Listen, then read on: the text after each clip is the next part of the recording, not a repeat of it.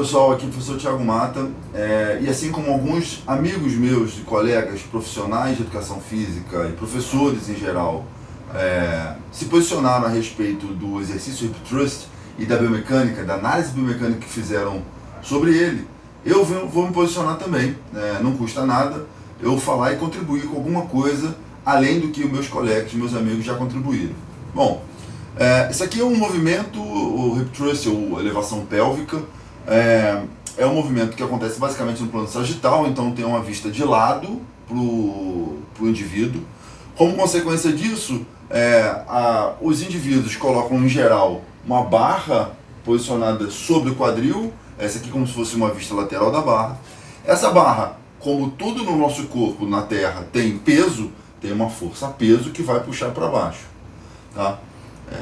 Se eu não tivesse com a barra, eu também faria da mesma forma, a mesma análise, tá? Eu só estou incluindo a análise da força-peso dessa barra. Ok. A partir daí, eu poderia simplesmente parar a minha análise de forma errada. Que é dizer que essa força-peso vai gerar um torque nulo no quadril. Então, independente de quanto de carga eu colocar nessa anilha, nessa barra, eu não vou fazer força nenhuma porque ela passa exatamente em cima do quadril, consequentemente eu não tenho distância, ou seja, uma das variáveis do torque, que é o torque a força pela distância, é zero, consequentemente seria zero. O grande problema é que eu tenho forças de contato. Se eu tenho força de contato, provavelmente eu vou ter uma força de reação, já que meu pé empurra o chão empurra meu pé. Terceira lei de Newton. Essa força vai empurrar o meu pé para cima. Lembrando que as forças são grandezas vetoriais, então tem sentido para cima, direção vertical e magnitude. Eu estou estimando aqui um valor. Tá?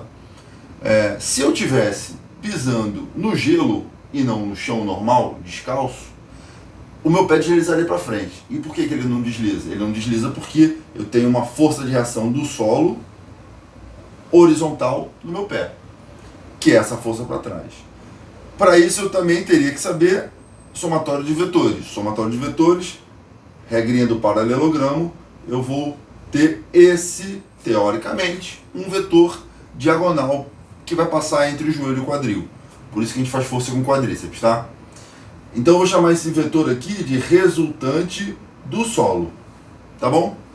Bom, poderia parar daí, sabendo que eu tenho uma força aqui e essa força vai gerar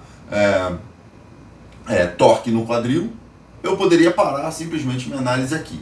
O grande problema é que as coisas são muito mais complexas.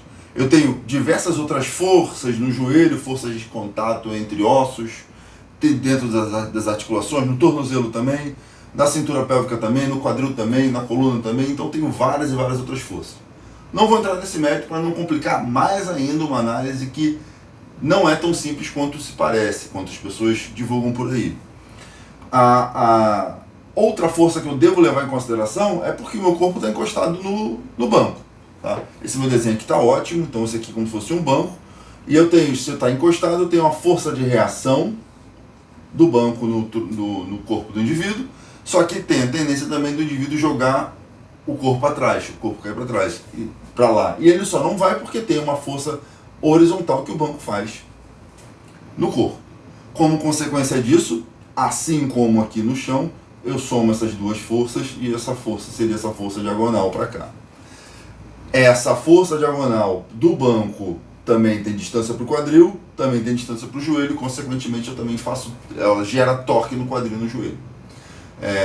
Existem 2 estudos científicos que foram publicados em 2021 com dinâmica inversa, uma técnica de biomecânica bem avançada, não é tão simples de gente fazer, mas esses 2 estudos foram publicados na mesma revista, na PLOS ONE, e eles trazem uma análise muito interessante e que, de certa forma, corrobora com tudo isso que eu estou falando. Entretanto, tem um detalhezinho que eu não falei aqui por enquanto, é que essa análise biomecânica ela é do final da fase concêntrica. E a gente sabe que existe movimento o tempo inteiro durante o exercício.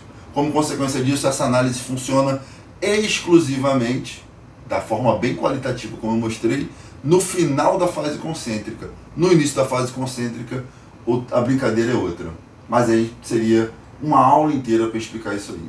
E aí eu não consigo fazer isso para vocês. Gente, eu queria que vocês prestassem muito mais atenção em quem vocês assistem para estudar.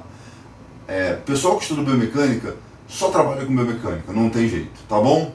Forte abraço e até uma próxima oportunidade.